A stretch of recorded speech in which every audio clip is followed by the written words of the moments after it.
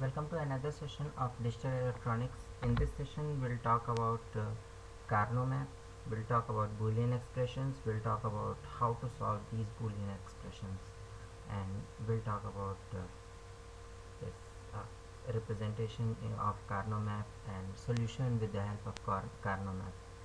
So let's understand what actually Boolean expression is and why we create this Boolean expression. सबसे पहले तो समझते हैं कि प्रॉब्लम क्या आती है, किस चीज़ के लिए बूलियन एक्सप्रेशन की ज़रूरत पड़ती है। देखिए, हमें कोई भी लॉजिक सर्किट डिज़ाइन करना है तो हमें उसका इनपुट पता होता है, आउटपुट पता होता है। उसका लॉजिक हमें कैलकुलेट करना होता है कि इसको इस तरीके से किया जाएगा, यहाँ पे ये होगा, यहाँ पे ये होगा।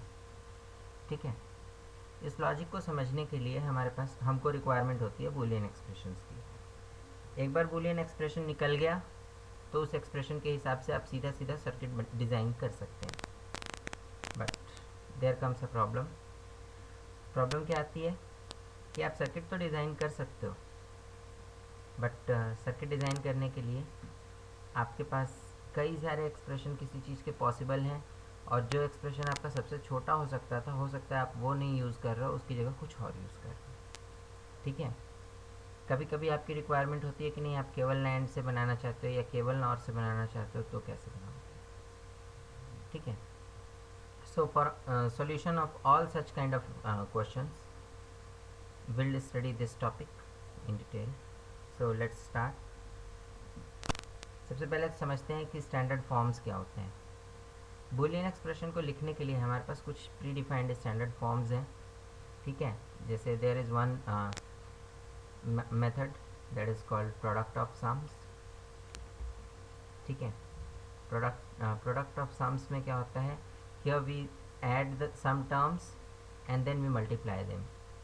ठीक है, there is sum of products, here you multiply first and then you add. ठीक है, now किसी भी केस में हमें रिक्वायरमेंट क्या चीज़ की होती है, इनपुट आउटपुट की।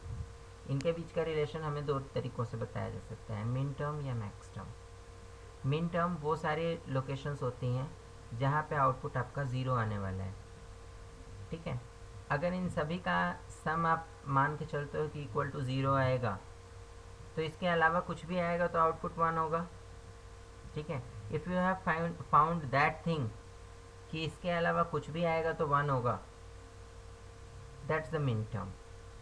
Okay, here you can see in one example that there are different min terms, so with a combination of them you can get any output. Now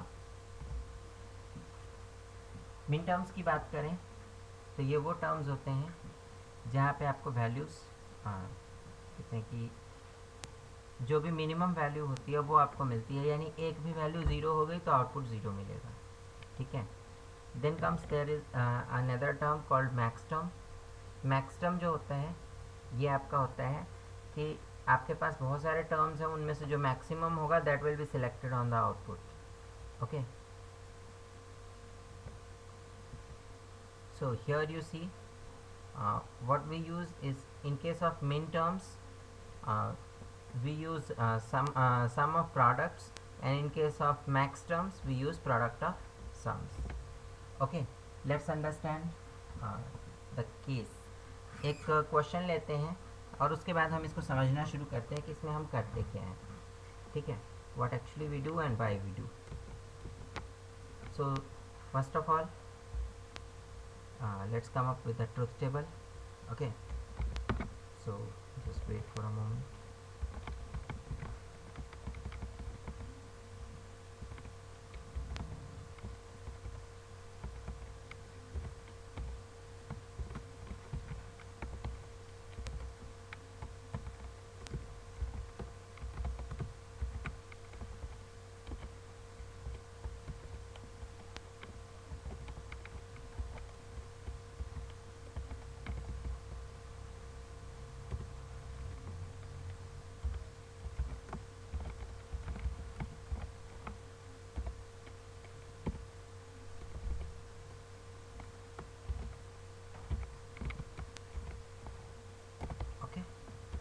So just put here dollar, now put here dollar sign and just copy it linearly as well as vertically. Now let's understand what we have done and why we have done it.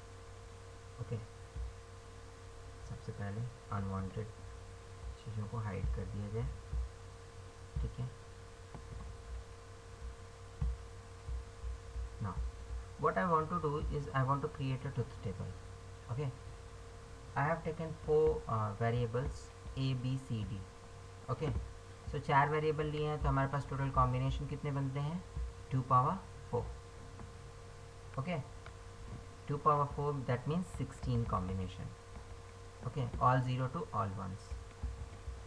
Now I have taken one output as q and that q हमने assume किया कि just take one specific case that for prime numbers it is 1 and for non-primes it is 0. This is one case that I am assuming. You can assume any other case. Question के अंदर कुछ भी case हो सकता है, ज़रूरी नहीं है कि प्राइम नंबर ही पूछा जाए, ठीक है. So first number is 0, that is 0 0 0 0, that gives you 0. 0 prime नहीं होता है.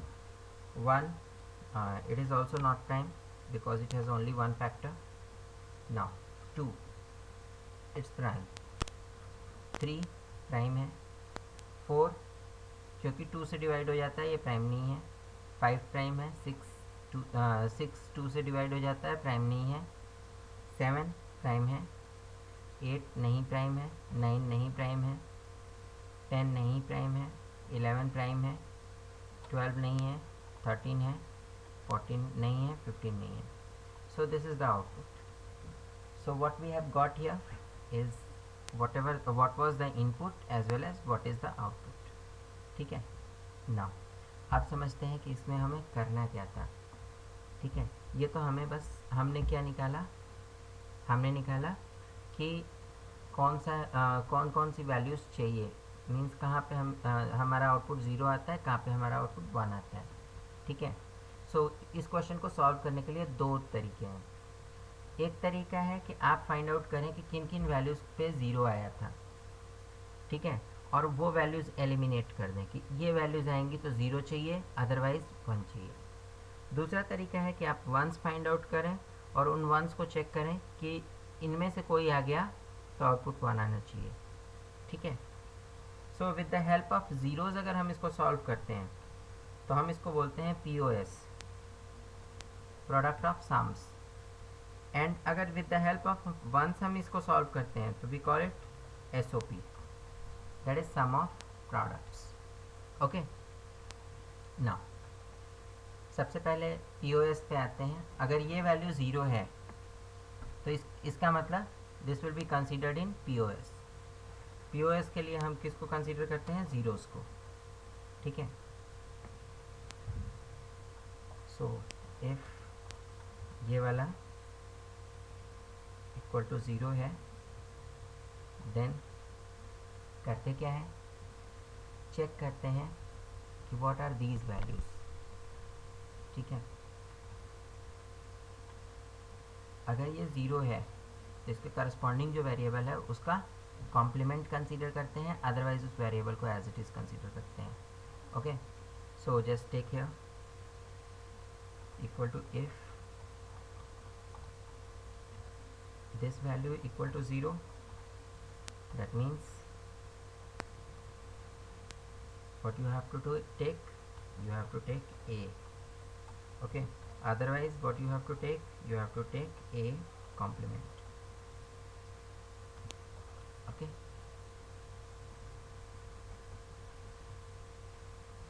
the same with rest of the all. इस फर्क क्या आएगा, एक की जगह B हो जाएगा, ठीक है, एक की जगह B हो जाएगा और B की जगह फिर C हो जाएगा नेक्स्ट में, और इसके नेक्स्ट में D हो जाएगा. rest of the things are same. Okay, this is for the case of POS. Okay,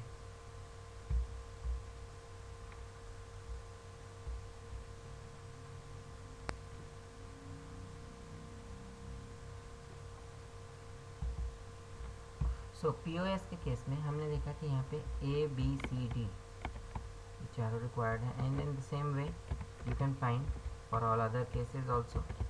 अब जहाँ रिक्वायर्ड है उनको छोड़ के बाकियों के लिए इसको हाइड कर दीजिए. Okay,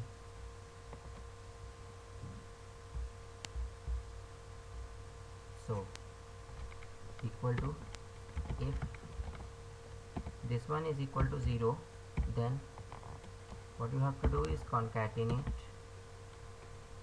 J1 J3 comma K3 comma L3 comma L3 and 3, and in between them that you require a plus sign.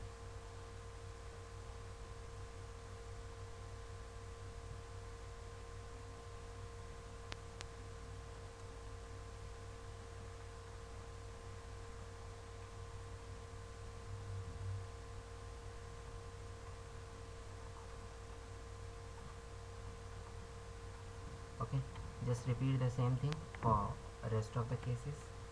Okay, wherever it is false you can put here blank so that you can see here a proper sign. Clear?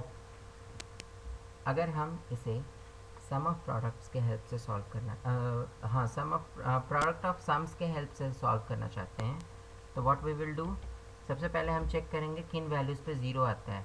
जिन पे 1 आता है उनको हमें भूल जाना है.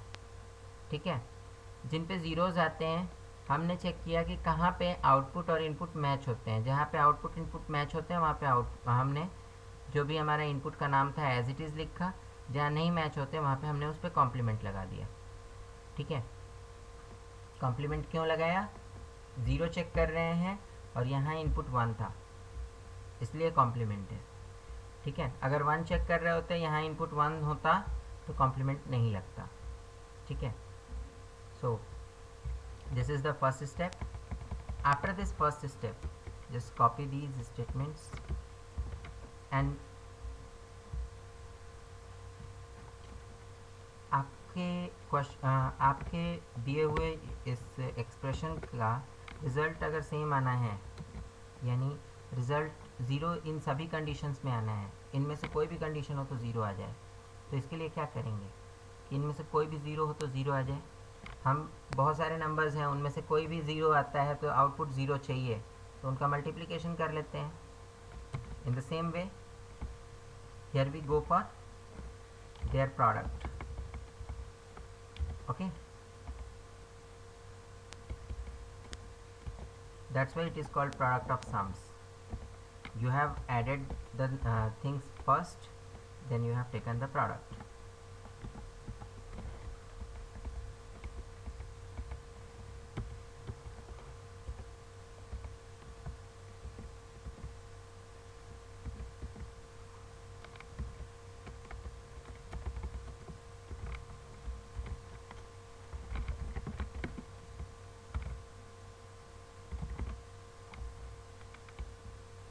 So go to the top, press and then bracket del and bracket another bracket del and bracket.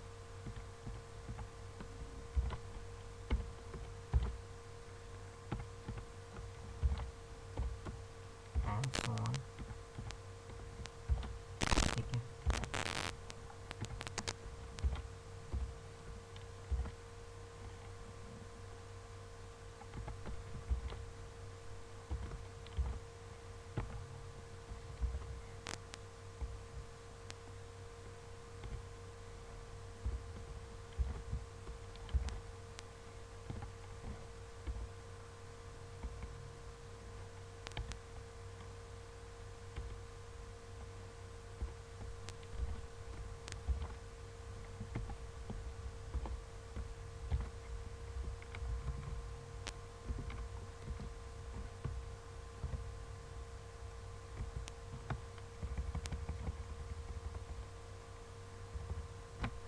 So you can see here these are different terms, और जहाँ जहाँ आपको आपने कॉम्प्लीमेंट्स लगाए हैं, you can find all the complements here. वो सारी values not gate से पास करके देनी है, ठीक है। जस्ट काउंट द गेट्स, इसमें कितने गेट्स लगेंगे। I am taking a space here between these two brackets because it looks like some simpler one, ठीक है। सो हमें कितने गेट्स चाहिए, just see, 1 OR gate, 2nd OR gate, 3rd OR gate, 4th OR gate, 5th OR gate, 6th OR gate, 7th OR gate, 8th OR gate, 9th OR gate and 10th OR gate. 10 तो OR gate चाहिए इस circuit के लिए। क्यों? क्योंकि हम 10 बार addition कर रहे हैं। और ऑपरेशन के लिए हमको कितने चाहिए, 10 गेट्स।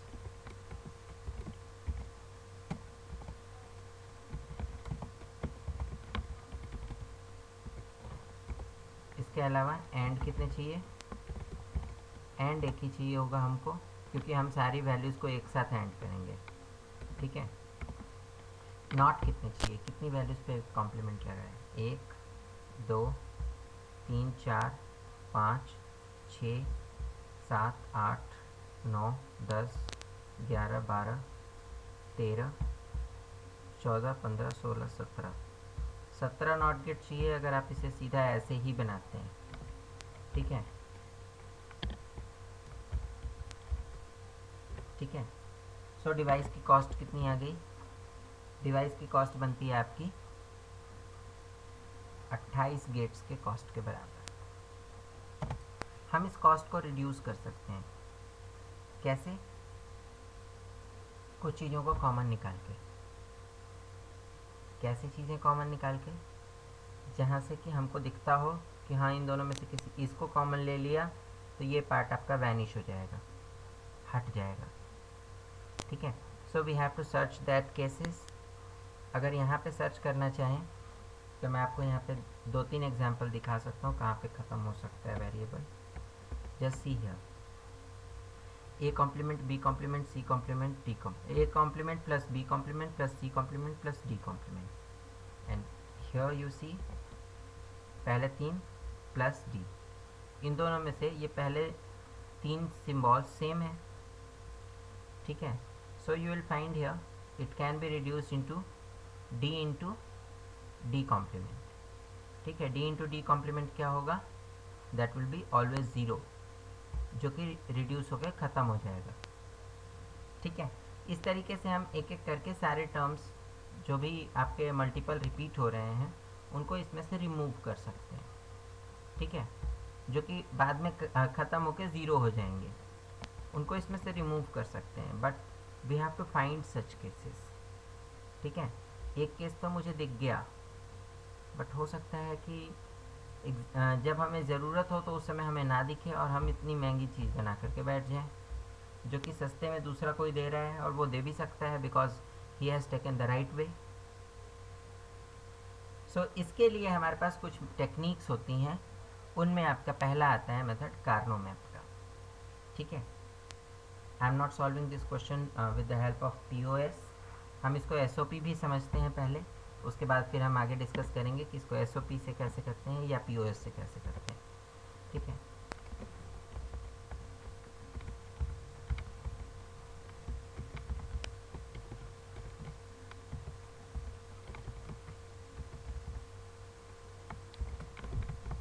SOP के लिए हम वंस को कंसीडर करते हैं, ठीक है।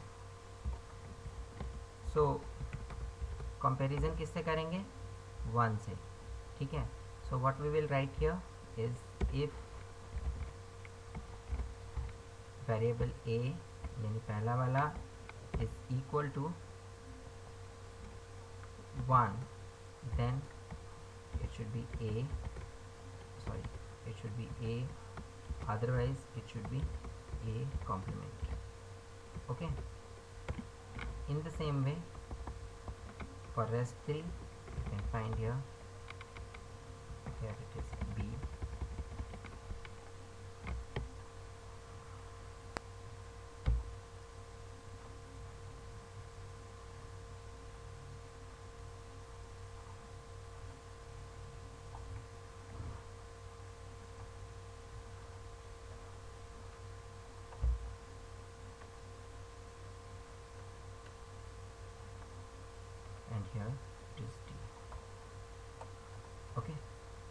just drag it towards downside and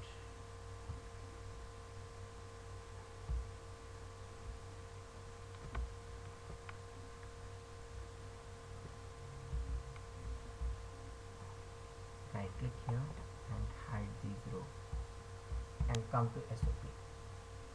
Here you get equal to if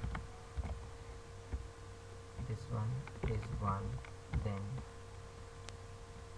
sorry, if this one is 1,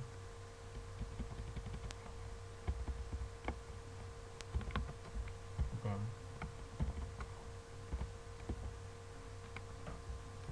what you have to write is concatenate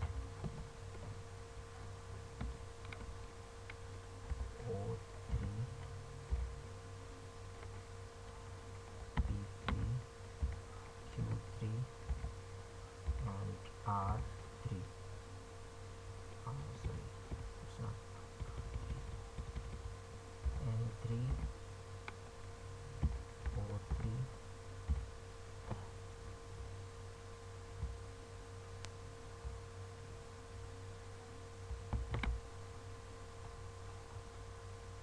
P3 Q3, and that's it.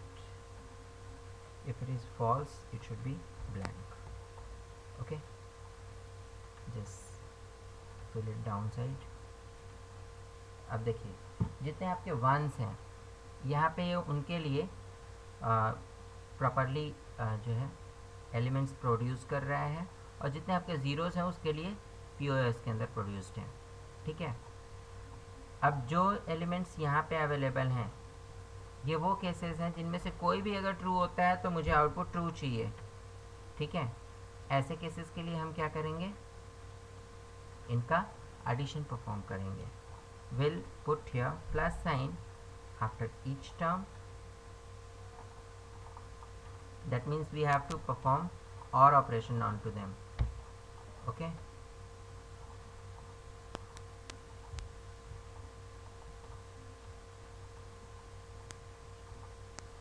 So here you see हमने OR operation perform की इनके ऊपर, and finally you get somewhat different number of gates. This time हमारे पास कितने gates चाहिए हमको required है, 1 2 3 4 5 6 हमको एंड गेट चाहिए।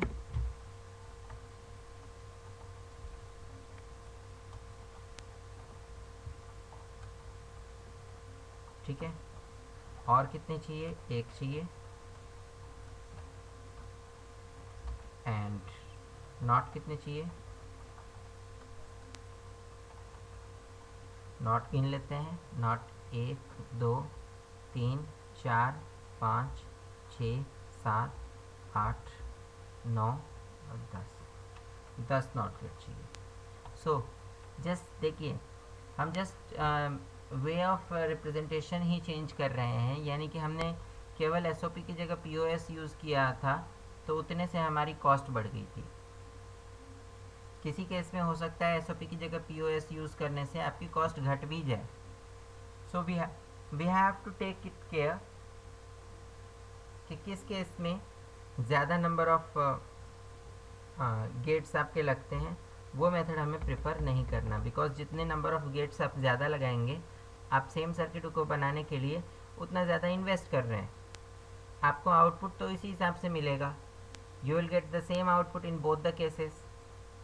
So what happens is, in upper case you will charge more to the user, in lower case you will charge less to the user, और आपका competitor अगर सपोज इस मेथड को यूज़ करता है और आप ऊपर वाले को यूज़ करते हैं, so you lose here। ठीक है, so first of all you have to check here which one is better। Now second thing, एक टेक्निक होती है जिससे कि हम इनके बीच में कॉमन बड़े आराम से निकाल लेते हैं। क्या टेक्निक होती है और कैसे करते हैं काम उस पर, जस्ट देखिए हमको कॉमन निकालने के लिए क्या चाहिए, इन दोनों के बीच में केवल एक वैल्यू चेंज होनी चाहिए। सो इन दोनों के बीच में तो हो रही है, A complement B complement C, D complement plus D, D complement plus D क्या बनेगा? अगर डी की वैल्यू ज़ीरो है तो ये ज़ीरो प्लस वन बनेगा, और अगर डी की वैल्यू वन है तो वन प्लस ज़ीरो बनेगा। ठीक है, in both the cases it is going to be one.